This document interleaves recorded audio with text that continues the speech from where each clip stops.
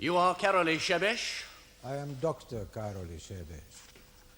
Of Sanders Court, Copley Green, near Fulchester? Yes? Carolee Shebesh, you stand here indicted on 2 counts. On the first count, you are charged with murder, in that on a date between the 31st of May, 1973, and the 14th of August, 1973, you murdered Joseph Draper. To that count, do you plead guilty or not guilty? Not guilty. On the second count, you are charged with manslaughter, in that on a date between the 31st of May, 1973, and the 14th of August, 1973, you unlawfully killed Joseph Draper. To that count, do you plead guilty or not guilty? This whole thing is ludicrous. To the second count, how do you plead? Answer the question, Mr. Shebesh. Dr. Shebesh. Very well. Dr. Shebesh, answer the question. Not guilty. I call Sergeant Condry of the Fulchester Police. Sergeant Condry, please. Sergeant Condry, Fulchester Constabulary. And how long have you been a police officer, Sergeant? 21 years, sir. Will you please tell the court what happened on the evening of the 14th of August, 1973? If I may refer to my notes, my lord. When did you write them up? As soon as I got back to the station, within about 1 hour. Very well. On the 14th of August, 1973, I was on Panda patrol in the northeast district of Fulchester. At 18:27 hours, I received instructions to proceed to Sanders Court, Copley Green. I arrived at Sanders Court at 18:34 hours. And what did you find when you got there? I found Sister Mary Magdalene standing by the front door. She was very agitated. She stated she had come to visit her uncle and could get no reply from the house. I effected an entry by breaking a glass panel in the front door. Sergeant, did you not check the lady's identity? Did you not look around? Make further investigations as to the possibility of the house being empty? There was no need, sir. Would you explain that, please, Sergeant? I was beat constable at Copley Green for 4 years. I knew Sister Mary Magdalene, or Miss Draper as she was known before she went in the convent. I also knew that her uncle, Joseph Draper, was a chronic invalid who never left the house. Yes, I see. Please go on. Sister Mary Magdalene and I went straight to the master bedroom. Everything in the room was thick with dust and the bed was unmade. There was no sign of Mr. Draper. I immediately notified police headquarters and commenced a thorough search of the house. And what was the result of that search? To the basement. There were 3 cellars, one of which was locked. Sergeant, do you have to rely so absolutely on your notes? I'm sorry, my lord, but I want to make sure I get it right. Well, I suppose if no one objects. Very well. I forced the door.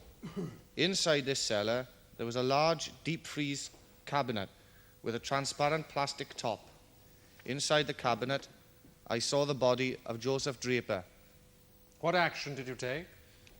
I opened the cabinet and saw that the man was dead. I notified headquarters, and the police surgeon arrived at 2000 hours. Yes. He confirmed that life was extinct.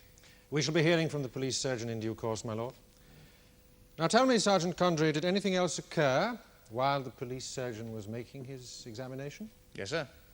The prisoner, Shebesh, burst into the cellar. What was his manner? He was very angry, furious. Did he say anything? Yes, sir. He said, "You bloody fool, you've killed him." You bloody fool, you've killed him. Well, what did you take him to mean by that? Mean, sir? It didn't mean anything. The man was dead when I got there. Yes, quite. What happened next?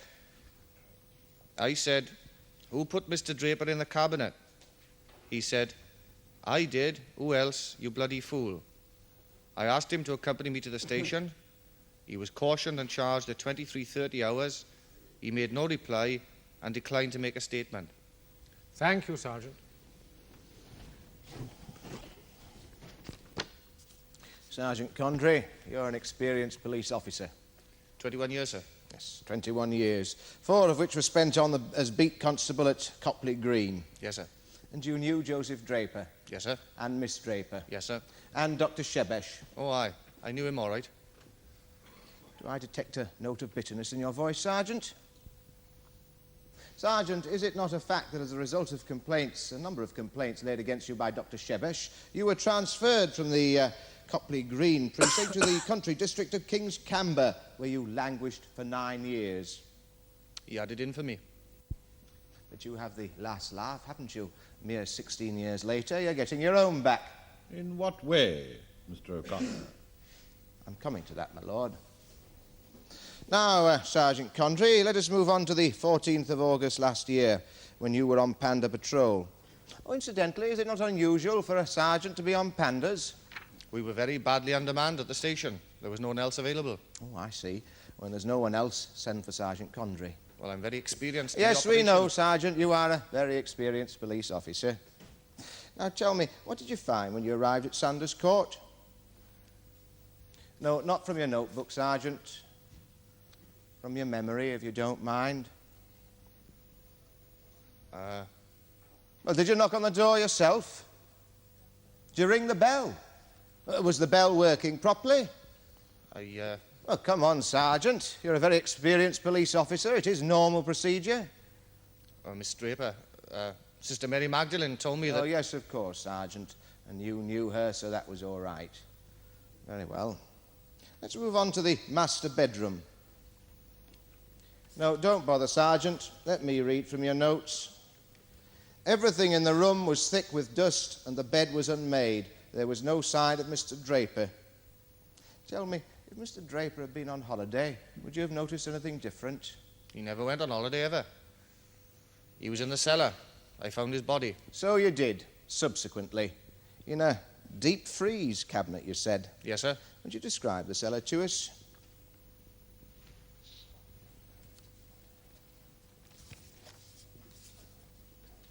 Oh dear, you don't seem to have any notes on this. Well, let me help you. Was it an ordinary cellar? Dank?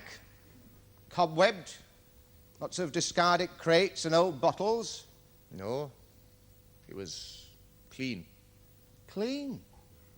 Wasn't it in fact white-tiled, scrubbed, spotless? Yes. Might one even say sterile, as in a medical laboratory? Well, Sergeant? Yes, you could say that, I suppose. And this deep freeze cabinet, was there anything out of the ordinary about that? It was just a deep freeze. Just a deep freeze.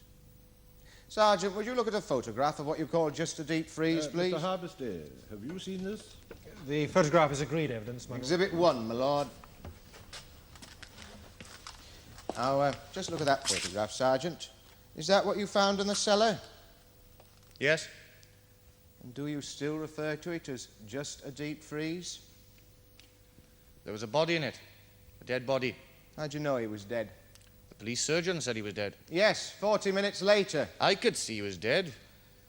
Well, of course, Sergeant, we know you are a very experienced police officer, but tell me, in your 21 years on the force, how many murder investigations have you been actively involved in? Actively involved, mind you.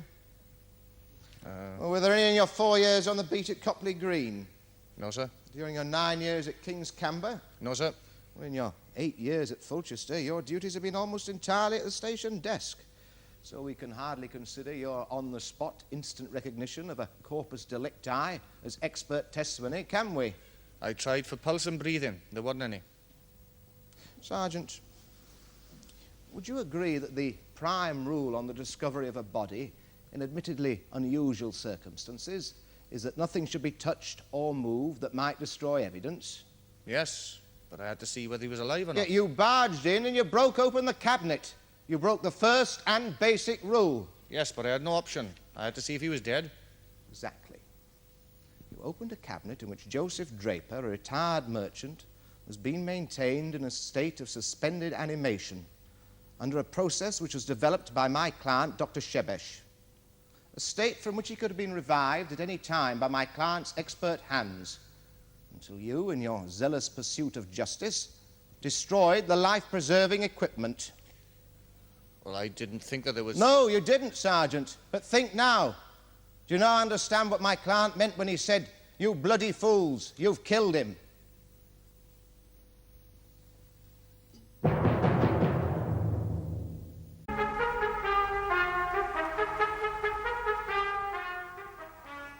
Dr. Fenwick, you were called by the police to examine the body? That is correct. You knew the deceased? Yes, I knew him.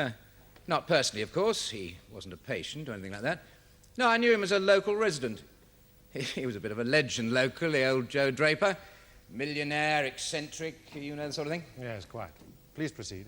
Well, I made a preliminary examination of the body and verified that life was extinct. Were you able to make any estimation as to how long life had been extinct? Oh, impossible. Absolutely impossible. It was the refrigeration, you see. Could you explain how it is that refrigeration made it difficult to estimate the time of death? Well, when life ceases under normal circumstances, certain changes take place. Rigor mortis, I suppose, is the easiest to explain. You see, the plasma in the muscle tissue will coagulate at a fairly predictable rate depending on the surrounding temperature. We even have tables all worked out to help us. So, once we've established the extent of the rigor, we can usually make a pretty educated guess. But not in this case. Oh, certainly not in this case. You see, the temperature in the cabinet while I was conducting the examination was only just above freezing point. Our tables don't go that low. And remember, the cabinet had been open for about 40 minutes, so the temperature must have been well below freezing point when the sergeant found the body. Did you form any opinion as to the cause of death? Oh, good gracious, no. Far too tricky for a simple country GP. No, this was one for the big boys. I had the body forwarded to Fulchester General for the experts to sort out. Thank you, Dr. Fenwick. Yep. Dr. Fenwick, while you were waiting for the body to be removed, did you take any notice of your surroundings? Huh? Oh, the cellar, you mean? Yes, I had a jolly good browse round. What did you think of it? That was fantastic. It made my little surgery look very quaint, I don't mind telling you. Can you remember what equipment you saw? Well, I didn't recognize half of it. Most of the stuff I did recognize I've only seen in manufacturers' catalogues. Must have cost a bomb. Yes, well, tell us some of the stuff you did recognize. Oh, there was an operating table, anesthetics console, ECG, EEG machines. A moment, Dr. Fenwick. EEG, ECG. What are they? Electrocardiograph for measuring the heart, my lord, and electroencephalograph for measuring the brain waves. The electric output of the brain cells. I see. And these are rather advanced pieces of medical equipment. Well, I certainly don't have them in my surgery, my lord. Yes, I see. Thank you. Go on, please. Oh, there was all sorts of equipment around the place. Oh, he even had a heart-lung machine. That's a machine they use for bypassing the heart during major surgery, my lord. I'm obliged, Dr. Fenwick. Dr. Fenwick, do you know my client? Dr. Shebesh, yes, slightly. How slightly? Well, I met him 2 or 3 times when he first came to this district back in 1957. He was a refugee from Hungary, you know. And how did you meet him? Through the Fulchester Medical Association. I was the secretary at the time. We heard that this Hungarian doctor was staying with the Drapers at Saunders Court, and I invited him to some of our meetings to see if we could help him in any way. And did you help him in any way? Well, no, actually. Indeed. Why not? He didn't seem to want any help.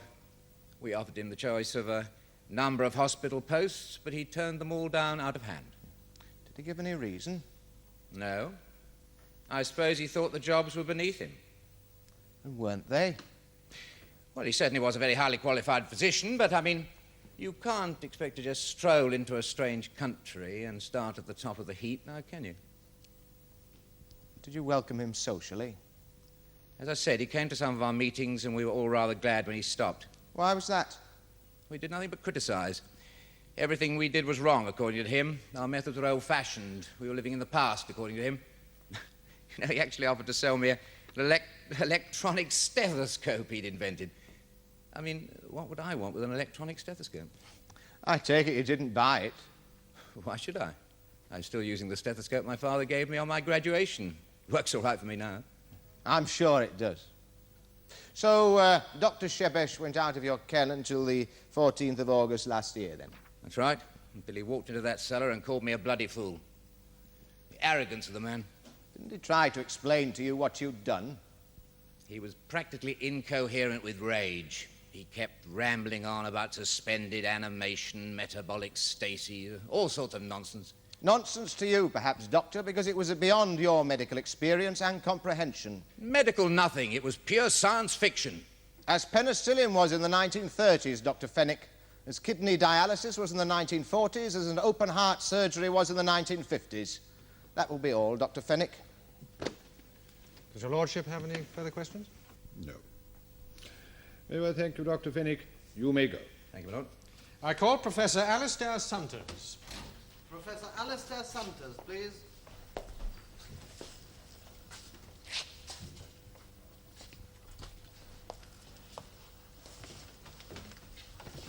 What is your religion? Church of Scotland. Take the Bible in your right hand and read aloud the words on this card. I swear by Almighty God that the evidence I shall give shall be the truth, the whole truth, and nothing but the truth. You are Professor Alistair Sunters? I am. And where do you live? 17 Devonshire Crescent, Fulchester. Would you recite your qualifications to us, please? MBCHB Glasgow, Fellow of the Royal College of Physicians and Surgeons, Dean of the Faculty at Fulchester Medical School, and Head of the Cryosurgery Unit at Fulchester General Hospital. Yes, thank you, Professor. Now, cryosurgery, what precisely is that? Cryosurgery, cryo is merely a prefix which means low temperature. Cryosurgery is a field of medicine in which surgical operations are carried out while the body temperature of the patient is maintained at a considerably lower level than normal. What are the advantages of cryosurgery over the more orthodox surgical procedures? Well, reduction of the body temperatures lowers the metabolic rates, thus decreasing the electrical and chemical activity of the cells, particularly the brain cells, so that the patient has much less chance of suffering shock from the effects on the system of major surgery. The advantages are most marked in cases where massive surgery is required, for instance, in open heart surgery, where post-operative shock is one of the greatest dangers. What sort of temperatures are involved in cryosurgery? Well, if we take as a starting point the normal core temperature of 37 degrees centigrade, Professor Sunters, core temperature. the internal body temperature, my lord, as opposed to the skin temperature. So core temperature is the temperature the doctor takes when he puts a thermometer into the patient's mouth. Or wherever, my lord. Yes, quite. Carry on, please. Well, starting with the core temperature of 37 degrees centigrade, we are now able, at our present level of knowledge and technology, to reduce that temperature to 15 degrees centigrade. 15 degrees centigrade. But 15 degrees centigrade, Professor, is a temperature that we might encounter on any pleasant spring afternoon, even in this country. I can assure your lordship that in the context of the interior of the human body, it is the equivalent of an Arctic waste. Really? Oh, I do not doubt you, Professor Sunters, but I must confess I find it very hard to grasp. Perhaps if I could describe the journey to this cryogenic Valhalla, my lord. Yes, indeed, if you think it will help us to understand the subject. Well, at 37 degrees centigrade, the body is normal. Now, as we reduce the temperature of the skin, the core temperature falls much more slowly, as the heart and circulation struggle to maintain the temperature at which they work best. Now, shivering and muscular spasm are the outward signs of this internal struggle, accompanied by vasoconstriction of the surface vessels. Oh, I beg your pardon, my lord. The cells and vessels near the skin contract to try to keep the heat in. I see. We counteract this by the use of drugs, chlorpromazine, halothane, ether, which dilate, expand the vessels, and allow the body heat to escape more readily. And so the core temperature comes steadily down until we encounter the first serious obstacle between 28 and 30 degrees. And what is that first serious obstacle? Between 28 and 30 degrees centigrade, my lord, the heart stops. Between 28 and 30 degrees, the heart stops. Yes, my lord. That is a far cry from 15 degrees centigrade. Indeed it is, my lord. Yes, well, I'm beginning to understand the metaphor that you used, Professor Sunters. Right, proceed, Mr. Harvestier. Thank you, my lord. You were saying, Professor, that at this juncture the heart stops. No. I beg your pardon? At that temperature, the heart would stop, but in practice, we would have stopped the heart already by means of a heart-lung bypass. I see. So the patient is now on artificial circulation. And since we are now in full control of the circulation, we are able to reduce the temperature much more rapidly. Bringing it down, in fact, to 15 degrees. Why 15? At 15 degrees, the body's metabolism requires only minimum amounts of oxygen and glucose to keep the brain cells from shutting down completely. But under 15 degrees, the supply of oxygen and glucose falls below even that required minimum. Could you put that more simply for us, Professor? Yes, if we take the patient below 15 degrees centigrade, we cannot bring him back. Now, Professor Sunters, if we go back to August of last year, did you carry out a post-mortem examination on the body of Joseph Draper? I did. Do you often do post-mortems? Oh, very seldom. But in the circumstances of this case, it was felt that my specialized knowledge was required. And by specialized knowledge, you mean, of course, your skill in and experience of cryogenics. Did you discover the cause of death? Yes. And what was the cause of death? Death was due to cardiac arrest resulting from hypothermia. The body had been subjected to abnormally low temperatures. Thank you, Professor. Professor Sunters, how would you define death? Reluctantly. I beg your pardon? Oh, it used to be easy enough. The heart stopped beating, the patient stopped breathing, and that was an end to it. But with modern technology, we can overcome the visible signs of death, although whether in some cases it can be called life is another question entirely. I take your point, Professor Sunters, but if you were forced to give a definition, what would your answer be? Then I would say it was the irreversible cessation of all bodily functions, physical, neural, and chemical. But I dare say you could find eminent authorities who would quibble. The irreversible cessation of all bodily functions, physical, neural, and chemical. That seems to me a perfectly adequate definition. But then you are not an eminent authority. Well, I don't suppose the members of the jury are either, Professor. But I'm quite sure we laymen are quite happy with your definition. Now, let's go back to last August, shall we? Did you, in the course of your investigations, visit the room in which the body of Joseph Draper was found? I did. And what did you think of it? It was quite remarkable. It was quite remarkable. It was, in fact, a superbly equipped medical research laboratory where engineering and the appointments were particularly consistent with serious and advanced research into the fields of low-temperature medicine. It was. I'd like you to look at this photograph, please. Exhibit 1. Now, Professor, is that the laboratory you examined at Sanders Court? It is. Yes, you can see the heart-lung machine. Yes. The function monitors. Yes. The blood refrigeration unit. Yes. Deep refrigeration unit. Yes. Anesthetic console. Yes. Instrument tray. Yes. Sterilizers. Yes. Yes. Now, is there anything missing from that laboratory which is essential to the efficient control of reduction of human body temperature under medical conditions? Yes. I beg your pardon? What's that? 3 experienced theatre nurses, 2 highly skilled theatre technicians, 2 assistant surgeons, and a qualified anaesthetist. Yes, Professor. Perhaps under perfect operating theatre conditions. I would consider it foolhardy to attempt the process under any other conditions.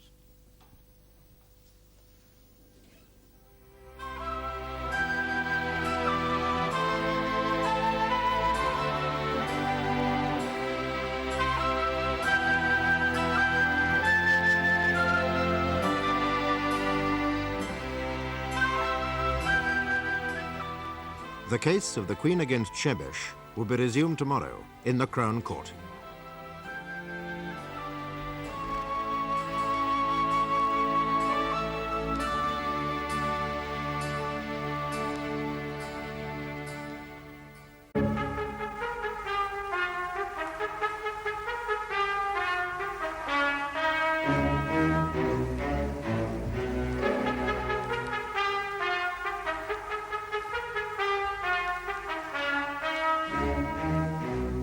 The body of Joseph Draper was found in a deep freeze cabinet in the cellar of his home, Sanders Court, Copley Green, near Fulchester. Professor Sunters, head of the low-temperature surgery unit at Fulchester General Hospital, has just given evidence that death was due to hypothermia, the body having been subjected to abnormally low temperatures. Dr. Karoli Shebesh, a refugee from the Hungarian uprising of 1957, is accused of bringing about that death. Professor Sunters, you have the photograph of Dr. Shebesh's laboratory.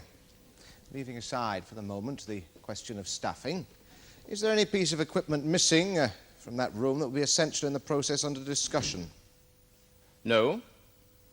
Is there any piece of equipment in that setup which you do not usually associate with the type of work you carry out in your own theatre? I presume you're referring to the extra oxygen pump and the airtight seal between the canopy and the cabinet. I am indeed, Professor Sunters. Have you any idea as to their function?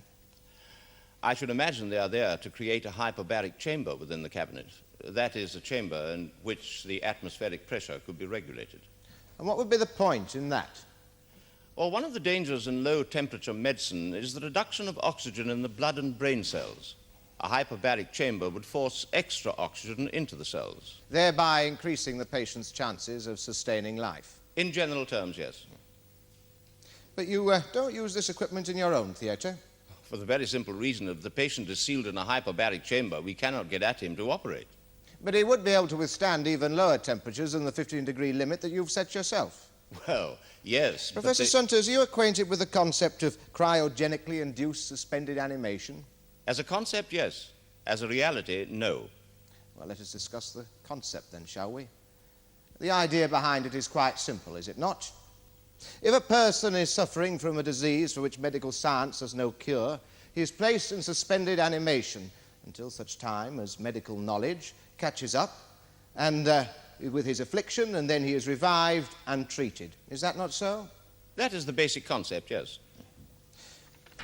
There is a considerable amount of research into this matter going on at the moment, particularly in the United States of America. Work is being done in this field. I would not call it considerable. Wouldn't you, Professor Sunters? Are you not aware that cryogenic vaults have already been established in various parts of the United States, and already many of these are occupied? I am aware that cryogenic vaults are in use. I have not yet heard of anyone who has been successfully revived. It is your opinion, then, that such revival is impossible? In the light of our present knowledge, yes. In the light of your present knowledge, Professor, which my client will supplement before he leaves this court. Now, if we could go to your post-mortem report.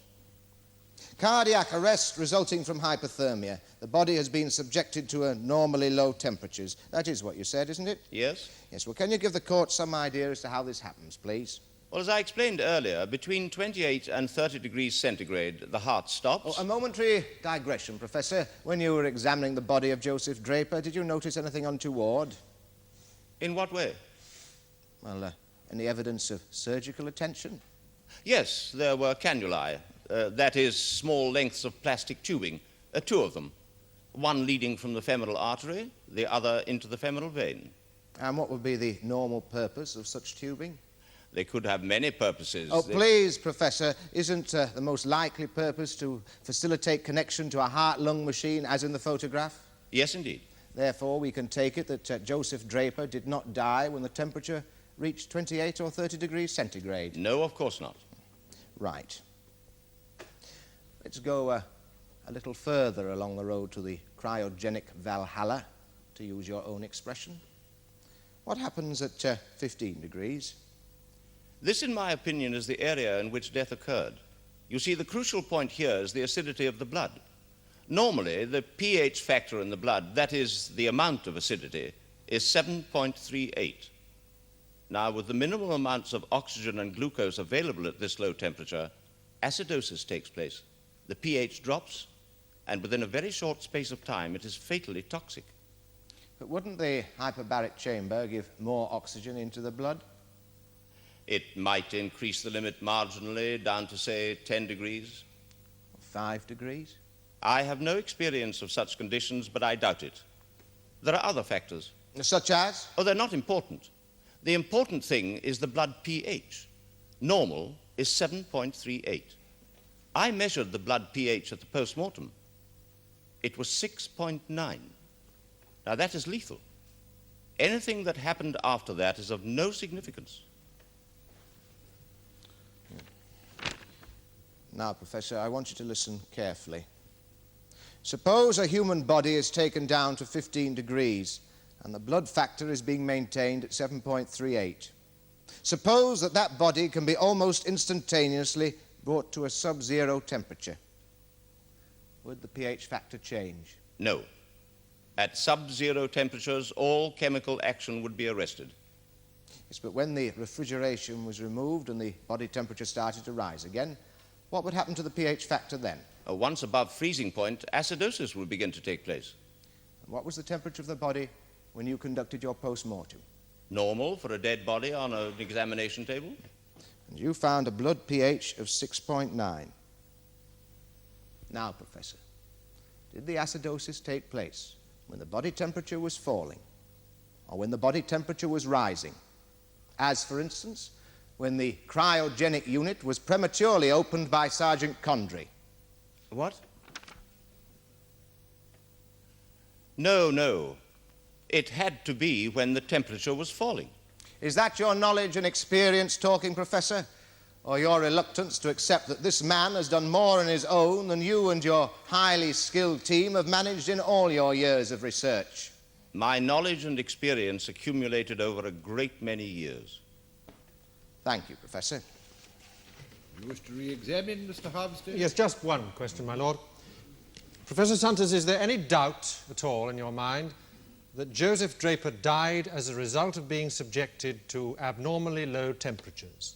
None whatsoever. Thank you, Professor Santos.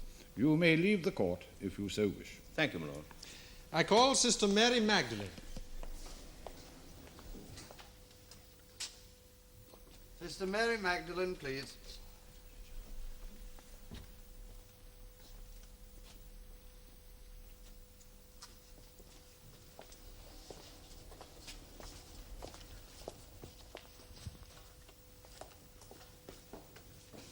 Take the Bible in your right hand and read aloud the words on the card. I swear by Almighty God that the evidence I shall give shall be the truth, the whole truth, and nothing but the truth. You are Margaret Sarah Draper, now known as Sister Mary Magdalene of the Holy Child. I am. You are a member of an enclosed order of Carmelites, and you live at the Carmelite Monastery of St. John of the Cross at Merston. Yes. And how long have you been a member of that order? I entered the Carmelite Monastery as a postulant in 1961 and took my final vows in 1970.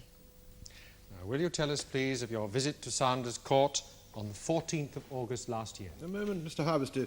Sister Mary Magdalene, as I understand it, you are a member of an enclosed order. Was it not unusual for you to be visiting the outside world? Special dispensation can be granted in exceptional circumstances, and there was cause for concern about Uncle Joseph. He had no friends or living relatives apart from me. And presumably you had to get another special dispensation to be with us here today. No, my lord. The temporal authority must be obeyed. I see. Thank you. Well, Mr. Harvester. My lord, perhaps we should clear up this question of cause for concern. Why were you concerned about your uncle?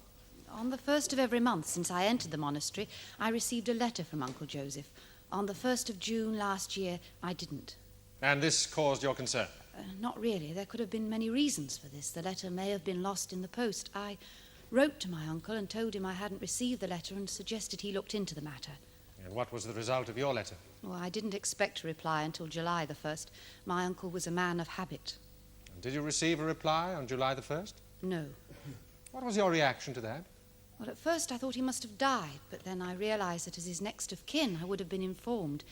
And then I thought perhaps he was seriously ill, but I felt sure that if he was close to death he would have sent for me. So what did you do? We prayed for him. You were now getting concerned? Concerned, yes, but content to leave him in the hands of God. And when did you feel that human intervention was necessary? On August the 1st I received a letter. Was the letter signed by your uncle?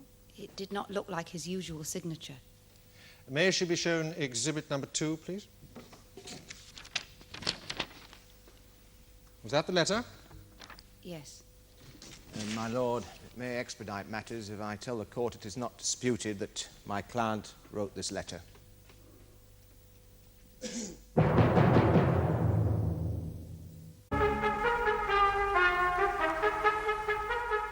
Sister Mary Magdalene, in spite of your concern, you did not visit Sanders Court until the 14th. Why was that? Well, I still could not be sure that anything was wrong. A sick old man may not be able to hold a pen properly. And then we were starting a novena on the 3rd. A novena? It is 9 days of special prayer, my lord. We had decided at the monastery to make a novena for peace in Ireland. But unfortunately, it doesn't seem to have had much effect. If prayer worked every time, my lord, we would soon be taking Almighty God for granted. Quite. Proceed, Mr. Harvestead. So when you'd finished your novena, what did you do? I went to see our mother. That's the Reverend Mother. Yes, I told her of my fears for my uncle, and she decided that a request should be made to the bishop for leave to visit him. I see, which brings us and you to Sanders Court on the 14th of August. Tell us what happened. I rang the front doorbell and got no reply. I knew my uncle would never leave the house, even when he was not ill. Yes, but if he were ill and confined to bed, that would have explained why you got no reply. No, my uncle had a pathological dread of being left alone during illness. When I lived at the house, if he caught so much as a cold, I had to sleep on a camp bed in his room. I felt sure that if he was seriously ill, there would have been somebody with him. So I went to the phone box on the corner and called the police. How long have you known the accused? 17 years. How did you first come to know him? It was in 1957, just after the Hungarian uprising. There was an organisation in Fulchester that gave assistance to refugees. I offered to help. They introduced us. I persuaded my uncle to allow Dr. Shebesh to live at Sanders Court. You persuaded your uncle. Do we take it then that he was rather reluctant? At first, yes, until he found out that Dr. Shebesh was a doctor of medicine. My uncle was always preoccupied with his own health. I think the thought of having a medical man at his beck and call rather appealed to him. My uncle was an old man even then, with an old man's fear of dying. Dr. Shebesh was always talking about the medicine of the future, about revolutionary new ideas that were being stifled by the medical profession in this country. He discussed the possibilities of longevity, the arrest of old age, rejuvenation techniques, and even, God forbid the blasphemy, the eventual immortality of the body. And did your uncle believe him? Every word. By the time I entered the monastery in 1961, my uncle was totally under the domination of that man. Thank you, Sister Mary Magdalene.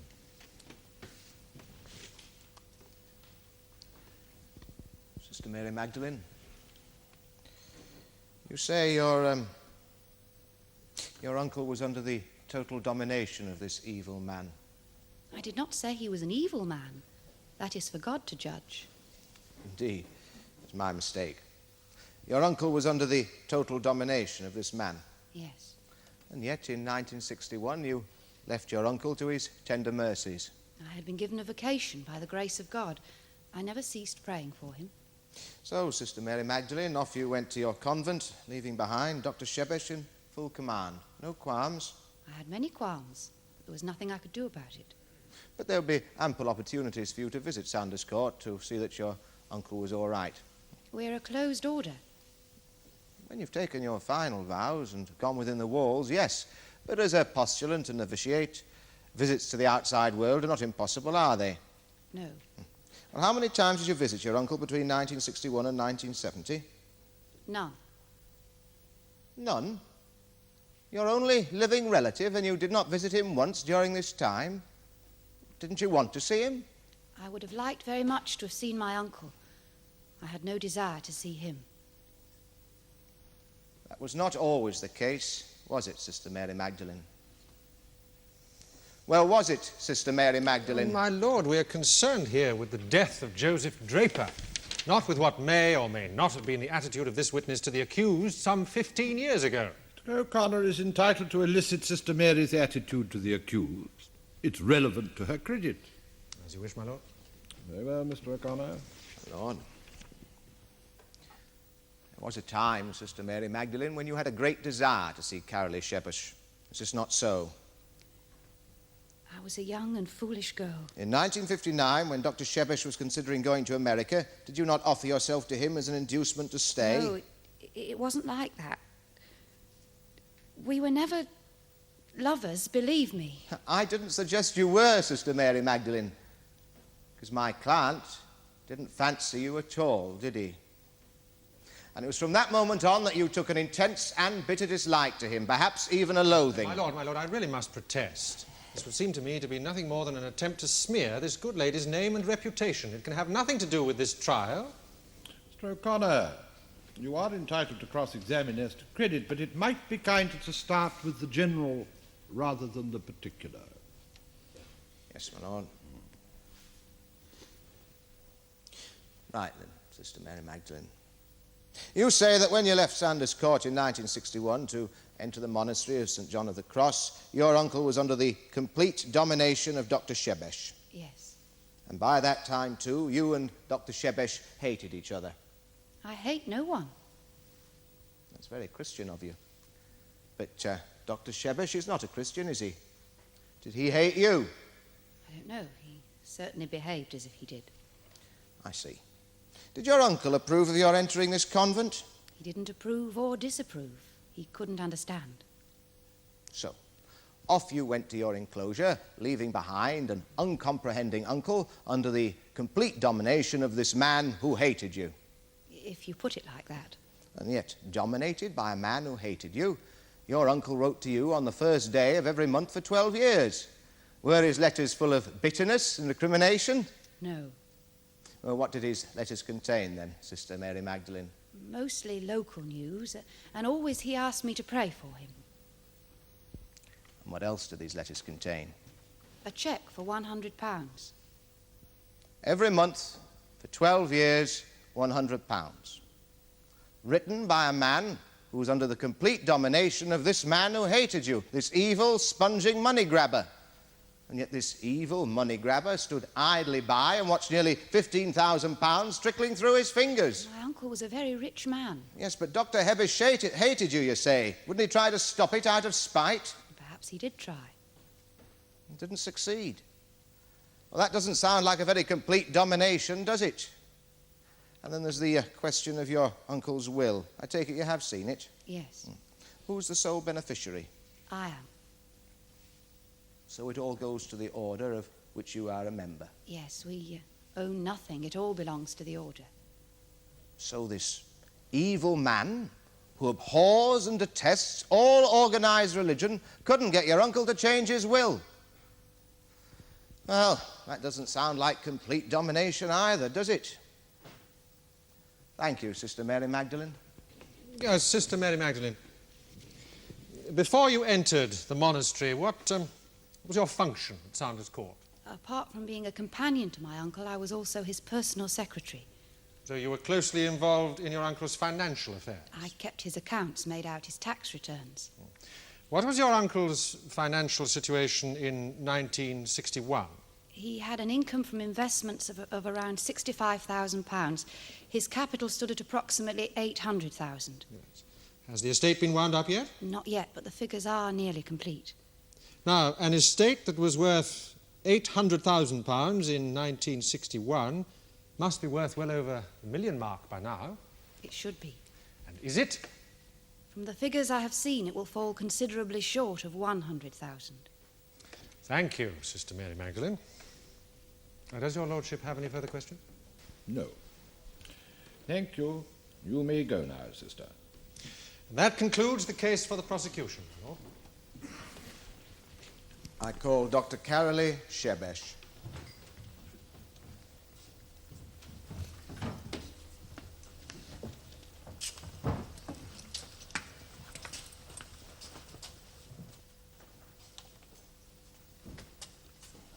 What is your religion? Scientist? You wish to affirm? Yes. Just read aloud the words on this card. I, Carolee Shebesh, do solemnly, sincerely, and truly declare and affirm that the evidence I shall give shall be the truth, the whole truth, and nothing but the truth. You are Dr. Carolee Shebesh. I am. And you live at Sanders Court, Copley Green, near Fulchester. I did. At the moment, I'm a prisoner. Yes, indeed, Dr. Shebesh. How old are you, please? I'm 57 years of age. And what are your qualifications? I graduated Doctor of Medicine in Budapest in 1941. In 1941. Well, that would make you a doctor at the age of 23. Actually, I was 22. I became 23 the month after my graduation. You must have been a remarkable student, Doctor. It was simply a matter of dedication. How did your career progress from there, Dr. Sebesh? I served 4 years as a military surgeon with the Hungarian army, mainly in the Carpathian Mountains area. As a result of my experience there, particularly in the winters, I became interested in the effects of lower temperatures on the human body. I then decided it would be a worthwhile field for further research. And was it easy to find a medical establishment where such research was being carried out? No, there were many medical schools where they were experimenting with low temperature surgery, but only in terms of surgical expediency. It was a little more than an extended anesthesia. That was of no use to me, no use at all. You might just as well have gone to a paint factory to learn about art. So where did you go? In 1945, I enrolled the Institute of Advanced Technology in Debrecen, and I graduated Doctor of Science in 1948. And your specialized subjects were? Low temperature physics and refrigeration techniques. So by 1948 you felt you were suitably qualified for research work in your chosen field? I know of no one better qualified to work in this field. And your research started in earnest? Yes, I was given laboratory facilities at the Central Research Institute of Physics. I spent 2 years working on purely engineering side of the project. Then I managed to persuade the authorities, and I was put in charge of a research program which was studying the problems of cryogenic preservation of living cells. What sort of success did you have, Doctor? Oh, considerable success with smaller experimenting animals. For instance, in one experiment, a rat was kept in a cube of ice for 7 days and then successfully revived. In another experiment, a dog was held at sub-zero temperatures for 4 days and successfully revived. But perhaps the most interesting experiment was a cat. I found by tying off some of the main neural parts... Dr. Sebesh will be going more fully into the technical aspects later. In the meantime, we will stick to more general matters, please. I beg your pardon? Would your lordship object if Professor Sunters, as an expert witness, should sit here with the instructing solicitor? Very well. Thank you, my lord. Apologies to my learned friend. Dr. Sebesh, would you say that your researches carried out in Hungary in the early 1950s had completely solved all the problems of cryogenically induced suspended animation? Certainly not. But I had opened many doors. Many of the problems which had seemed insurmountable, I had now reduced to the mere question of finding the right materials, of developing drugs which were even then available but lacking in stability, of improving the control of temperature variations. Given another 5 years of the facilities I had then, my method of suspended animation would be now an accepted medical instrument. No one would ever have to fear an incurable disease again. The patients would be cryogenically maintained until such time that the right cure had been found.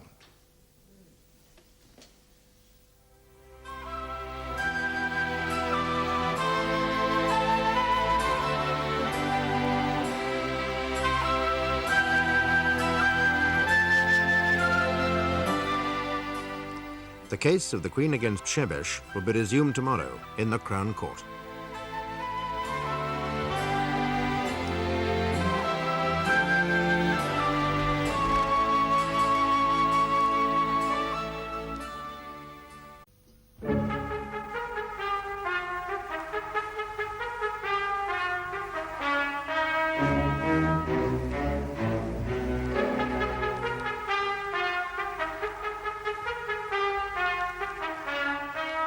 The Queen against Dr. Cryosurgery concerns the death of Joseph Draper, a rich elderly recluse whose body was found in a sub-zero atmosphere at his home, Sanders Court, near Fulchester, which he shared with the accused. The prosecution has called expert evidence to show that Draper died as a result of being subjected to abnormally low temperatures. On this, the third day, defense counsel continues his examination of the accused. So, Dr. Shebesh, you felt that you were within sight of complete success in your research into suspended animation. Yes.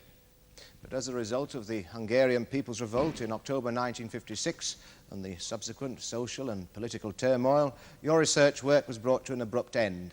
Yes. Indeed, your own life was in great jeopardy, and eventually flight was your only recourse. We did what we could, but it was hopeless. I'm sure you did, Dr. Shebesh, and the world admired you for it. And so in February of 1957, you arrived in Fulchester.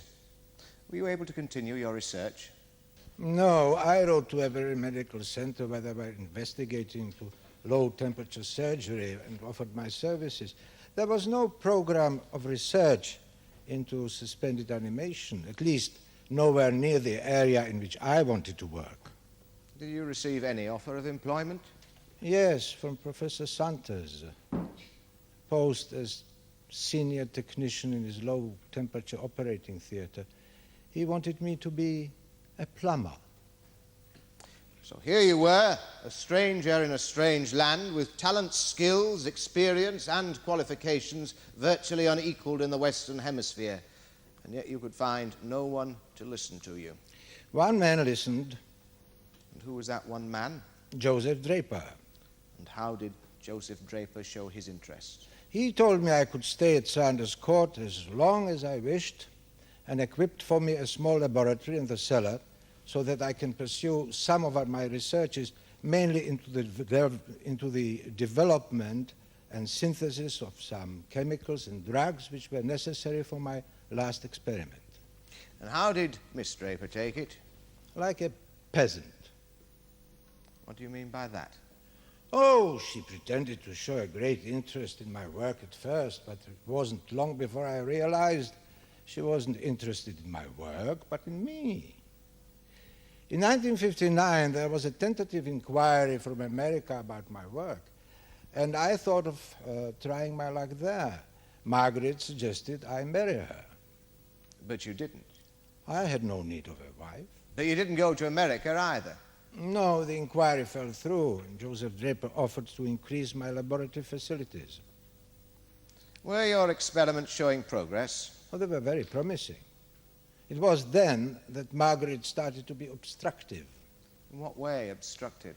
She tried to get her uncle to send me away. She kept telling him that I was a blasphemer, that my work was a direct insult to God, that God was the only giver of life and not man, all these obsolete religious cliches. Finally, she solved the problem for everybody by taking herself off to a convent. And how did Joseph Draper react to the departure of his only niece? Well, he was very angry at first. He wanted to forget her. In fact, he suggested changing his will in my favor. But as it turned out, he didn't. No, I persuaded him not to. I'm not interested in money for its own sake. So life was very pleasant for you after Miss Draper had left Sanders Court. You and your benefactor lived in perfect amity, and you were able to continue your work with his financial help. Yes, at first, but then Joseph Draper, as my work progressed, became more and more of an embarrassment. He started dropping hints. What kind of hints? That I should increase the range of my research, that I should leave chemical synthesis research and move on to direct experiments in suspended animation. Did you have any idea why he should be eager for this to happen? Yes, he was totally obsessed by the ultimate aim of suspended animation, mainly to preserve life in a person with an incurable disease until such times as medical science can cope. What was the reason for this obsession? Joseph Draper was suffering from an incurable disease. He wanted me to place him into suspended animation until the cure was available. Oh, my lord, my learned friend, when cross-examining the doctor that I called, made no mention of any incurable disease. No, my lord, but an incurable disease was present. Joseph Draper was suffering from one of the most insidious, and for him the most terrifying of all incurable diseases, old age. Dr. Shebesh, when Joseph Draper first suggested suspended animation as the answer to his problems in April '64, what was your reaction? I refused point blank. Why? Because in April 1964, I was in no position to put a human being to suspended animation with any hope of success. I explained to him as clearly as I could that there is still an enormous amount of research to be done, and that the equipment which I had then was hopelessly inadequate. Did Joseph Draper accept your refusal? No, he told me to get on with my research, that he would foot the bills. Even though he knew it would involve substantial expenditure? Yes, he demanded that I should perfect my suspended animation technique. So I did. When? By early summer 1973. And then came the dilemma. Yes. Will you tell us about that dilemma, please? The old man insisted that I should carry out my final experiment with him as the subject. Did you try to dissuade him? Yes. Because you doubted your ability to carry out the process? Oh, no, I had already held in suspended animation a large dog for 32 days and revived it very successfully. Then what was the reason for your reluctance? Because Joseph Draper was an old man, and there was an outside chance that the system would react differently to that of a healthy young animal. And what caused you to overcome this reluctance? He said he would stop backing my experiments, so I agreed. Right. Now, what was the first step, please? He gave me power of attorney over his affairs. Was that his idea or yours? His.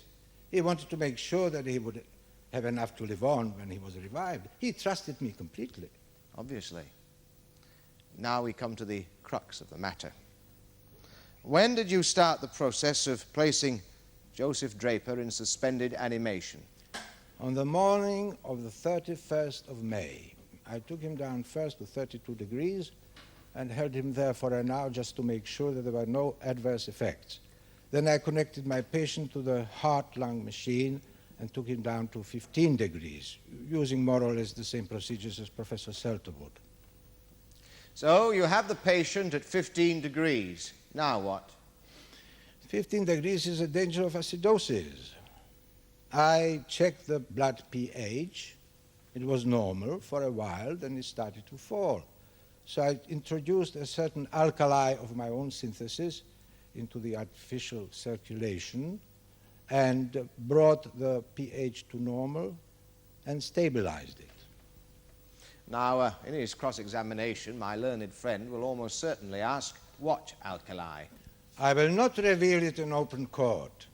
Full technical details are contained in my papers, which will be made available to the medical profession once I am cleared of this ridiculous charge, and if they can overcome their hostility to new ideas. Now, Dr. Shebesh, an attack on the British medical profession will do little to enhance your case.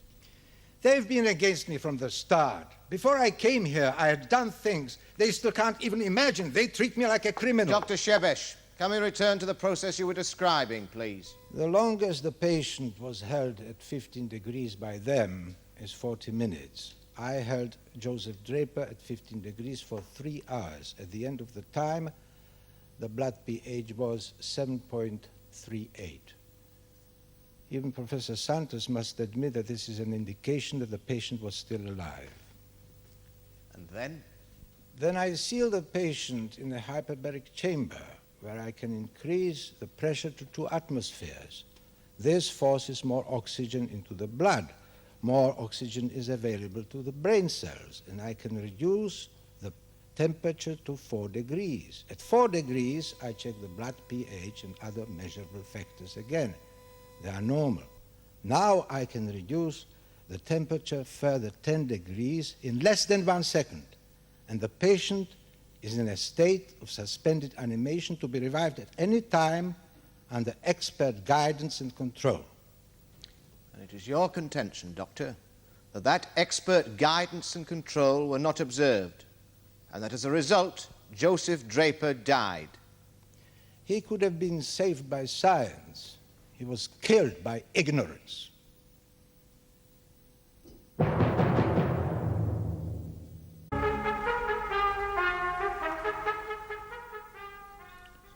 We are waiting, Mr. Harbisdeer.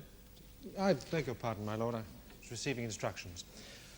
Dr. Shebesh, you say that this technique of yours for placing Joseph Draper in suspended animation was carried out under the strictest surgical, scientific, laboratory conditions.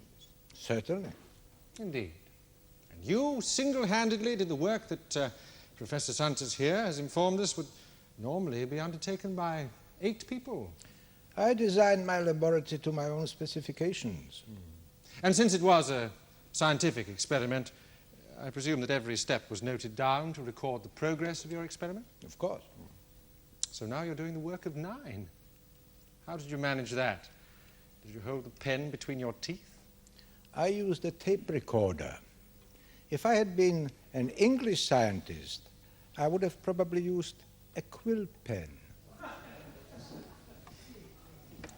And an English scientist would no doubt be able to produce the notes if asked. Can you do that, Dr. Shebesh? Of course. Nevertheless, we can only have your word for it that this experiment did go so splendidly. Joseph Draper was alive at every stage of the process. So you say, Dr. Shebesh. You have my word as a scientist. Your word as a scientist? Yes, and of course you are a scientist, aren't you, with superb qualifications? Surely there can be no doubt about that. No, indeed not. Dr. Shebesh, you're a man of many parts. A doctor of medicine? Yes. A doctor of science? Yes. A brave Hungarian freedom fighter? When did you reach the West, Dr. Shebesh? I told you I came in Fulchester in February 1957. Yes, but when did you leave Hungary? Late in 56. My instructions are that you arrived in Vienna on the 30th of October, 1956. It may have been then. My lord, how can this be relevant? Is it relevant, Mr. Harvester? My lord, the tanks and troops of the Soviet Union did not enter Hungary until the 1st of November, 1956. It seems odd that a brave Hungarian freedom fighter should have left his homeland 2 days previously. Oh, perhaps. But what has it to do with the death of Joseph Draper? I think you'll find that it does have a bearing on the question, my lord, if I may be allowed to continue with my cross-examination. Very well, Mr. Harvester. Thank you, my lord. Dr. Shebesh, correct me now if I'm wrong. I think you said that in 1950 you were, put in charge of a research program which studied the problems of the cryogenic preservation of living cells. Yes. And again I quote, you had considerable success with the smaller experimental animals. Yes. What sort of success did you have with the larger experimental animals? I don't know what you mean. Oh, come now, Dr. Shebesh, you can't be that naive. Well, surely the whole aim of your research program was to apply these findings of yours eventually to the human body. Did you not experiment with human beings? At the later stages, yes. They were all volunteers. Where was your research establishment? In Győr. In the town of Győr, in northwest Hungary, conveniently close to the Austrian border. What else is there in Győr, Dr. Shebesh? Just a small town. Just a small town. With a prison. A prison containing quite a number of political prisoners. Where did your volunteers come from, Dr. Shebesh? I don't know. I asked for volunteers. They brought me volunteers. But you didn't know where they came from. Were they by any chance wearing prison garb, Dr. Shebesh? Yes, they were convicts, criminals, scum. I gave them something worthwhile to do with their lives. That's most commendable. After all, they were enemies of society. Yes. Or enemies of the state.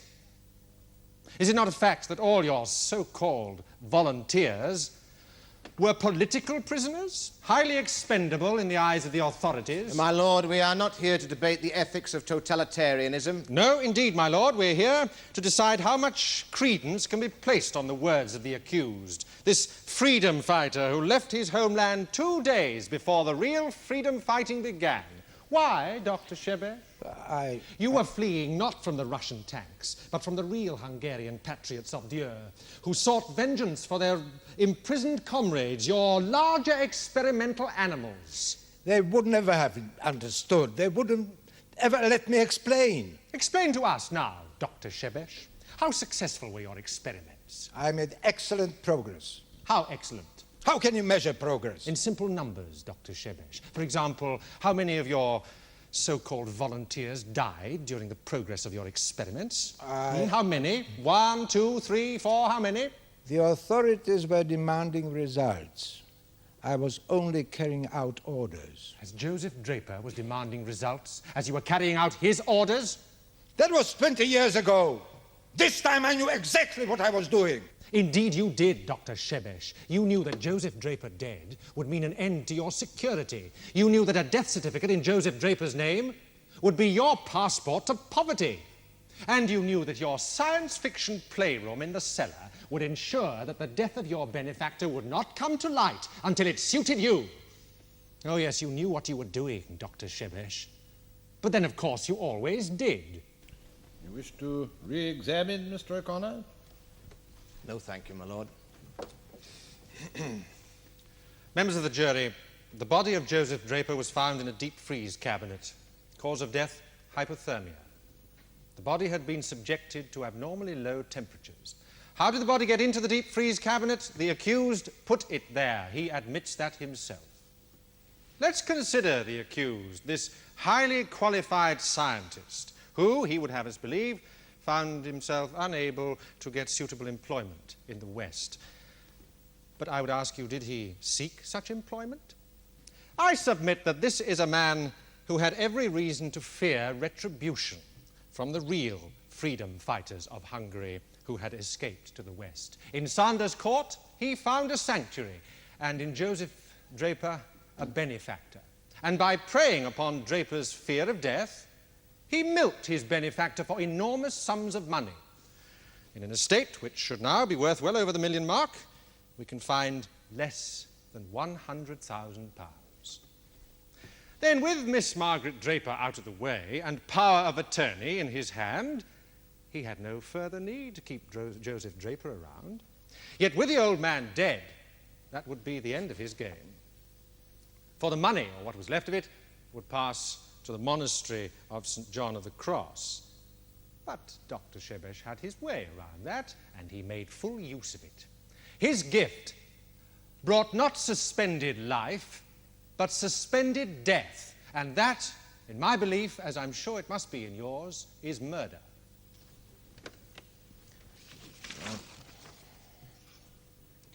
Members of the jury, this case would appear to turn on the evidence of two expert witnesses. One, a fine, upstanding, stolid member of the British medical establishment. The other, as my learned friend would clearly have us all believe, some cocky foreigner who came over here with the idea that he'd get the red carpet treatment. But let me put their qualifications another way. One expert whose knowledge and expertise stops at 15 degrees centigrade. The other, a man whose researches start where the others left off. Dr. Shebesh has devoted more than 25 years to the question of suspended animation, a medical technique which could remove the fear of death from many who are suffering from terminal diseases. Ladies and gentlemen, you've heard a great deal in my learned friend's cross-examination of practices which my client is alleged to have taken part in Hungary nearly 20 years ago. Now, I have no doubt that they will have both shocked and appalled you. However, I cannot stress too strongly that acts which my client was forced to commit under a totalitarian regime are no proof of guilt on these charges. Now, let us look a little closer at this allegedly evil plot. Dr. Shebesh had Joseph Draper all to himself from the middle of 1961. And yet it was not until 12 years later that his devilish plan was put into operation.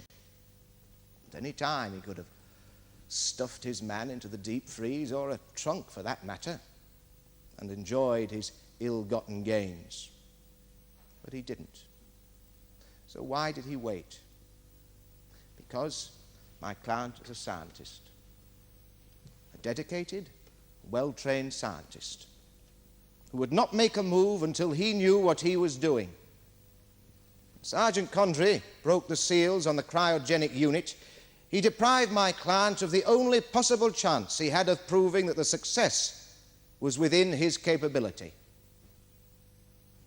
As my client said, Joseph Draper could have been saved by science, but he was killed by ignorance. You have no alternative but to find him not guilty of any crime. Now, members of the jury, you've heard all the evidence. It's now up to me to guide you on the law. Now, first of all, you must decide when Joseph Draper died. Was it while Dr. Shebesh was carrying out his process, and Professor Sumpters says that it was, or did it occur when Sergeant Condry, in all innocence, opened the cabinet? Now, if you are not satisfied that Professor Sumpters, what he says is right, then the accused has no case to answer. If you are satisfied that Professor Sumpters is right, that Mr. Draper died during the course of the accused's process, then you must ask yourselves, is it murder, or manslaughter, or an accident for which there is no criminal liability? Now, it would be murder if Dr. Shebesh intended Mr. Draper's death or grievous bodily injury.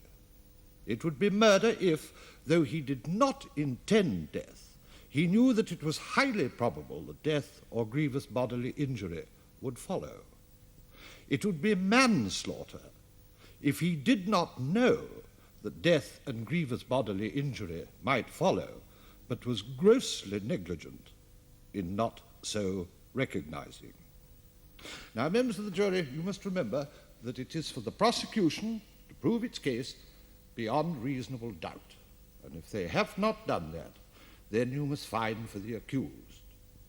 Now, members of the jury, before I ask you to retire to consider your verdict, I must thank you for paying such close attention to this strange and complicated case.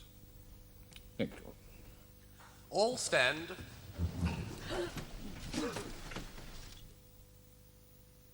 Members of the jury, will your foreman please stand? Just answer this question, yes or no. Have you reached verdicts on which you're all agreed? Yes. On the first count, do you find the prisoner at the bar, Carolee Shebesh, guilty or not guilty on the charge of murder? Not guilty. Thank you. On the second count, do you find the prisoner at the bar, Carolee Shebesh, guilty or not guilty on the charge of manslaughter? Guilty. Is that the verdict of you all? Yes. Thank you. Mr. Justice Campbell, taking into account his previous good character, sentenced Carolee Shebesh to 4 years imprisonment.